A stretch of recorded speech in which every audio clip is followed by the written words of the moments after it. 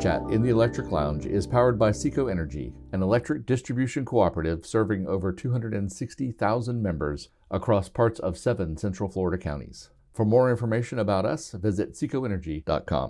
Are you ready? That's what I needed.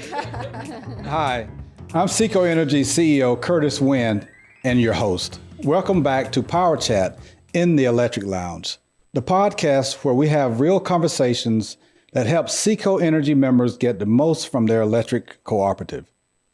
Summer in Central Florida brings higher temperatures, increased air conditioning use, afternoon thunderstorms, and sometimes higher electric bills. Today, we're sharing practical ways to manage energy costs, protect your home from power surges, and prepare for storm season. Joining me are Kim Walters. Kim is from Energy Solutions, Tralene Lucas, who is from our Surge Protection Services division, and Rich Luke, who is from Member Services and Member Experience. So let's jump in. Let's start with understanding why energy use and electric bills often increase during Florida's summer months. Now, Kim, I'll start with you. If you would just tell us why do electric bills typically increase during these Florida summers, and even when the family behaviors don't change from what they were doing in the wintertime or what they were doing in the springtime? Great question. So our daily habits don't typically change. What does change is the temperatures outside. So the temperatures outside are going to dictate how much our air conditioners are going to run or our heat's going to run in the winter. Typically here, though, in summer, our air conditioners are going to run a lot. So that temperature outside really does dictate how much that runs, which is going to drive up that utility bill. Yeah, so the air conditioning is usually operating during off summer months, and temperatures 70 degrees, 80 degrees. Now, when it gets to 90s consistently, it does work harder, right? Absolutely. So typically in the spring months, your air conditioner is going to run collectively about 3 to 6 hours a day when you have a set point about 78 degrees. When we start to reach 90s and the upper 90s, our runtime is going to go to about 10 to 12 hours a day on average. And some days we're going to hit 16 to 18, depending on the temperatures outside and depending on what you're setting your air conditioner at. Yeah, I checked the temperature this morning as I was leaving home around 7 o'clock this morning. It was already 87 degrees. So I get what you're saying with that. Hot. It's hot. It's already hot. Now, when members call concerned about high usage, what does your team look at first when that call comes in? Right. So I think it's important that members understand that there's not always an issue because you have increased usage. Some think that even the meter is bad. That's not always the case. My team, we look at the facts of the account. So we look at your historical usage at the home. We look over the last couple of years and what your bill is, or what your consumption was. Then we're also going to look at the meter data management. So our smart meters give us 15-minute interval data. So my team looks for patterns. We look at the usage in those 15 minutes, and we can typically tell you what's running, what's pulling that power, especially during certain times of the day. Let's bring the rest of the panel in. Tralene, Rich, what's one thing that you would say that our members should understand about this summer usage, energy use that happens that Kim was just describing? Yeah, I think I definitely agree with Kim about the AC usage. I think that's important. But I think one of the most overlooked items in the home is the hot water heater. It does run year round, but you can make some changes to help impact your bill. Setting your temperature to 120 degrees, taking shorter showers, and even washing your clothes in cold water when possible can have an impact. Great. Rich? I would say for members with a pool, take a look at your pool pump. Pool pump can use a lot of power if it runs constantly. So look at setting a timer or, making the pool only run enough to clean the pool. That would help you reduce your bill by quite a bit. Wonderful. So once we understand what's driving this energy use, energy consumption, now let's talk about some tools and programs that can help members manage it more effectively. Kim, going back to you, tell us about SECO Energy's audits and the most common savings opportunities that you uncover when these audits occur. Right. So we do offer a program. We offer audits for our membership. So typically we start with an audit over the phone. A lot of energy efficiency information is general and is universal to everybody. My team looks at their historical usage. We first look at that just to see, are we in line with what we've used in the past? We look at temperatures outside to see, are we comparable to last year? Then we also look again at their meter information. We will ask questions. We talk about just energy efficiency information in general, recommended settings. We will look at their home online as well, just to see the size, square footage. So we have an idea of what they should be using. If we determine that we need to do an in-person audit and that the member would benefit from that, we will schedule an appointment with a technician that comes out to the home. We start with looking at the building envelope. So we look at things like soffits, windows, your seals around doors. So we will look at your major appliances, such as your air conditioner. We'll check it to make sure that it's using power efficiently as what the manufacturer says it should. Our technicians will do a evaluation and give recommendations, low cost, no cost things, even up to major appliance upgrades. The member will get a personalized report at the end that gives them our findings and what our recommendations are. Our goal isn't to sell major appliances. It's to give members the information and the tools to where they can make informed decisions when needing to replace them. Now, that HVAC system uses a pretty significant percentage of the energy consumption in one's home. What are some warning signs that members should look for to make sure that, as you said, that HVAC system is running efficiently? So yes, so the air conditioner is going to use about 50% of your consumption in the summer months. So it is the largest user in your home. And it will give you some signs before it typically just fails. Right. One of the signs, the first signs is going to be, are you comfortable in your home? Does it feel humid? Do you notice that the unit is running longer? Those are all signs that you might want to have it checked out. Another one is going to be ice. Ice buildup on the outside unit or the inside unit is never good. That's typically an indication that you are low on refrigerant.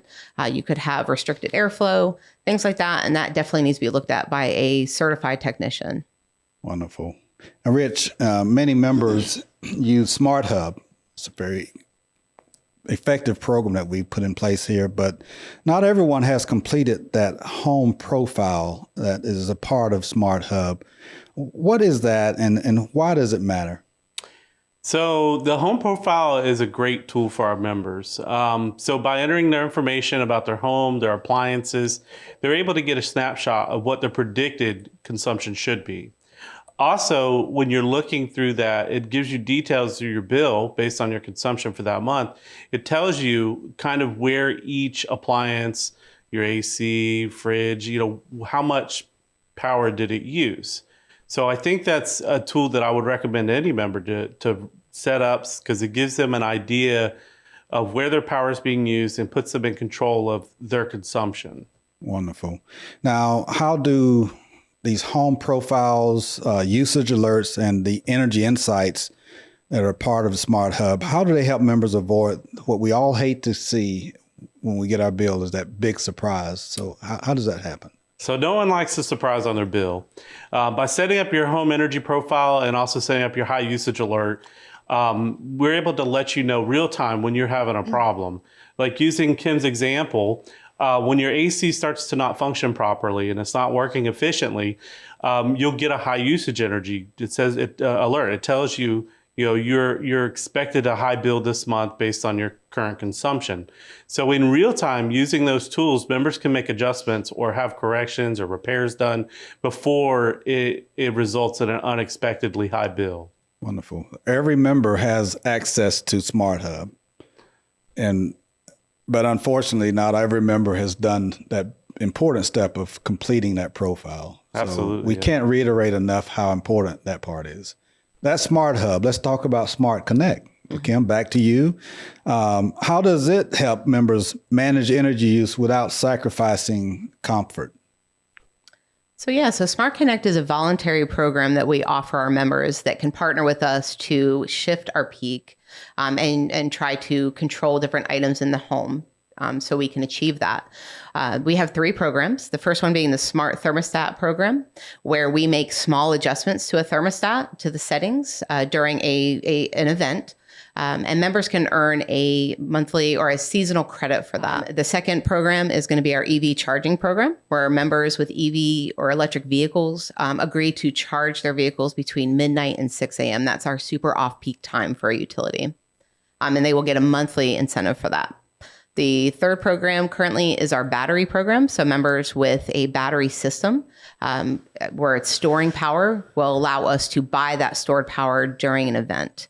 And they will also receive monthly incentives. Smart Connect is a great program that gives members the power to partner with us and help us achieve our overall, goal of shaving that peak and keeping our costs down. It's keeping our wholesale power costs down. So Smart Hub is available to everyone, but Smart Connect is not. There are eligibility requirements for Smart Connect with regards to the thermostat, the EV charger, and the battery system. So, Rich, could you tell us how one can determine if they're eligible for those programs? So for our members that are looking to enroll in those devices and see if they're eligible for Smart Connect, I would recommend you go to our website, secoenergy.com, under our Energy Solutions tab, and then from there you could look at Smart Connect incentives. From there you can review the different incentives available. You can also review different devices, and it gives you a list of supported devices that we're able to enroll in Smart Connect to help people save money. Wonderful. So Kim and Rich, if you could just summarize how Smart Hub and Smart Connect will help members take control of their energy costs. Yeah, I'll answer that one. So with Smart Hub, it gives members the tools where they can see their usage, like Rich said, in real time.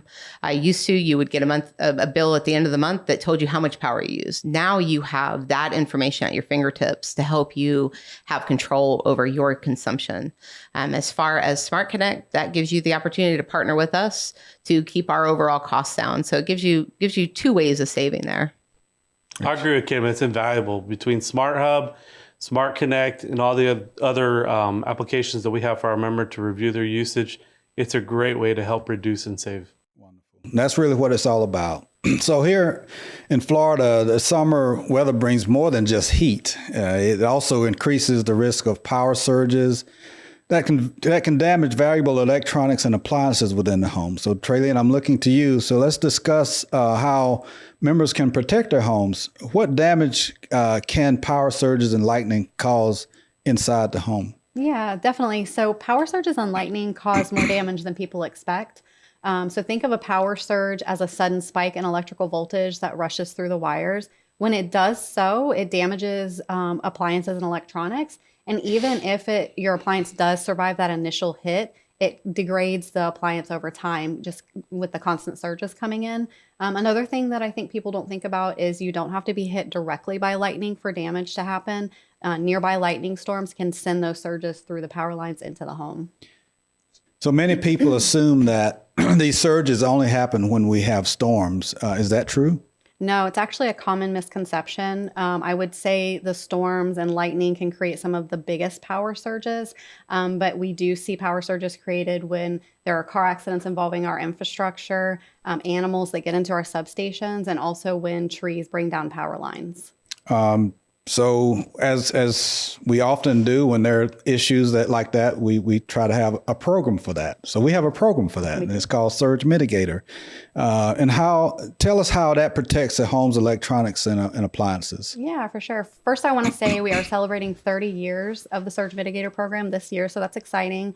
We have about 70,000 devices installed across our territory. But what we do is we install a meter-based surge protection device. We come out, pull the meter, plug the surge protection device in, and it's designed to stop transient high voltage surges before they enter the member's home. So I want one of those.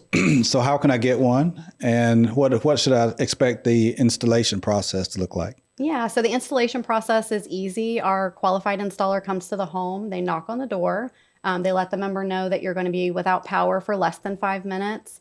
If you're not home, they will go ahead and proceed with the installation, and they'll leave a note on the door to let you know that it's been done. How do I get it? So can I purchase it, or do I have a chance to pay for it over time. So how can I get that? Yeah, so we have a couple of options. If you want to purchase, it's $349 plus tax. That includes the installation. But there is a lease option, and it's $5.95 per month plus tax. There's a $40 installation fee and a 1-year agreement with that. Wonderful, wonderful. So how does the surge mitigator program complement power strips? A lot of people have power strips throughout their homes. So how do those two work together? Yeah, we absolutely at SECO encourage a layered approach, and that's exactly what that is. So as I said earlier, our meter-based surge protection device, it stops high voltage surges before they enter the home, but low voltage surges are still generated and can get through. So that's where the surge strips or point of use devices come in handy. So what I tell members is any appliance that you have plugged into a regular 120 volt outlet, if you want that protected, you need to plug it into a surge strip or point of use device. It helps with those low voltage surges and then also helps with internal surges that are created within the home. Every time one of the large motor driven items cycles on or off throughout the home, it creates a surge internally. Wonderful, wonderful. Okay, summer also means storm season here in Central Florida. Let's talk about how members can prepare before storm season ever gets here and before severe weather arrives, and how can they stay informed when it does occur? So what should they do before the storm and when that unfortunate situation of an outage occurs? Before storm season arrives, I encourage my members to get their homes and their families together, prepare an emergency kit, and set up a communication plan and follow local updates from your local officials. As far as knowing when or to research these outages, you could go to our SECO Energy Storm Center website. From there, you can get updates on estimated times of restoral. You can look at your specific outage. So there's a lot of details there as well, and you can set up notifications so that you can be alerted when the potential issues have been resolved, or if there's anything ongoing, or how long it's going to be. Well, during a storm and during an outage, information is really power. No pun intended with that. But so if my neighbor has called to report outage, should I just rely on their call, or should I also call and report it myself? So even if your neighbors reported an outage, you definitely want to report one for yourself, because it could be an isolated incident. The more outages that we have reported in an area, we're able to identify and isolate where the problem's coming from as well. And this also helps us resolve the issue or, restore power quickly and safely and efficiently when we have more information to go on. Great. So Kim, back to you. Let's talk now about what some of our members are doing to prepare for outages. They buy a generator. And if you don't mind, just share a few safety tips that members should know about generators. Yeah, so the biggest concern is going to be how it's connected to the home. Without an actual transfer switch, the members are plugging it into a random plug-in or using extension cords going all around the house to plug different items into their generator. Many times they're keeping the generator too close to the home as well, which is causing carbon monoxide hazards. Right. So as it relates to safety and one of something new that we just started and implemented is maybe we've got a program for that too that can help with safety around generators. It's called GeneraLink. Mm-hmm. Why is it? Tell us about why this GeneraLink program that we just implemented is a safer alternative to those extension cords that you just mentioned. Yeah, so GeneraLink is a meter-mounted device that goes behind the meter. It is a transfer switch, so it gives a member a safe way to plug their portable generator into the device. That device keeps power from the generator. It allows it to feed the home safely, and it keeps the power from backfeeding onto our lines. So it's a new product that we're offering. It's $1,200 plus tax. For members who want to purchase that, and they can give us a call and we can help them. Yeah, safety is number one for SECO and our members, not just for our members, but for our employees. So I would like for you to expand a little bit about backfeed. I don't think everybody completely understands how dangerous that is and who it impacts. Right. So backfeeding is when the power is going to flow back through our meter onto our lines and into our equipment. You have to think of a lineman going to a home to fix your home, and they don't know a generator is plugged in and potentially backfeeding. They may think that power is dead, or even people, the general public, could.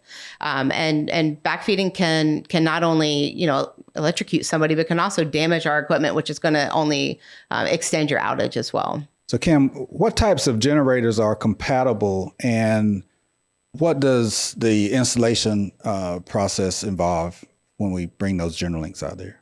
Yeah, so there's so many different generators on the market today.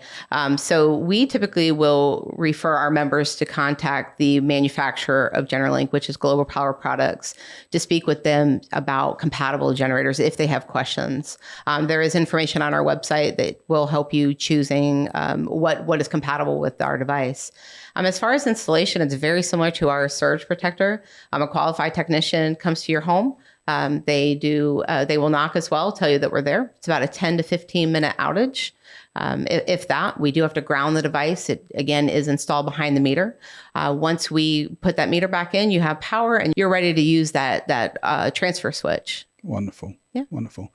So you've talked a lot about savings, savings tips. So what would you leave with the members as your single most effective energy savings tips for the summer? Yeah. So again, your air conditioner is about 50% of your summer bill. So if you can control how much your air conditioner is running, you're going to be able to see those savings pass on to your bill. So just raising your temperature setting a degree or two will save you 5 to 7% per degree.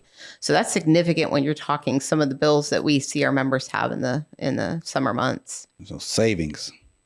So Tralene, you have helped us out a lot with protecting the home from Florida's unpredictable weather.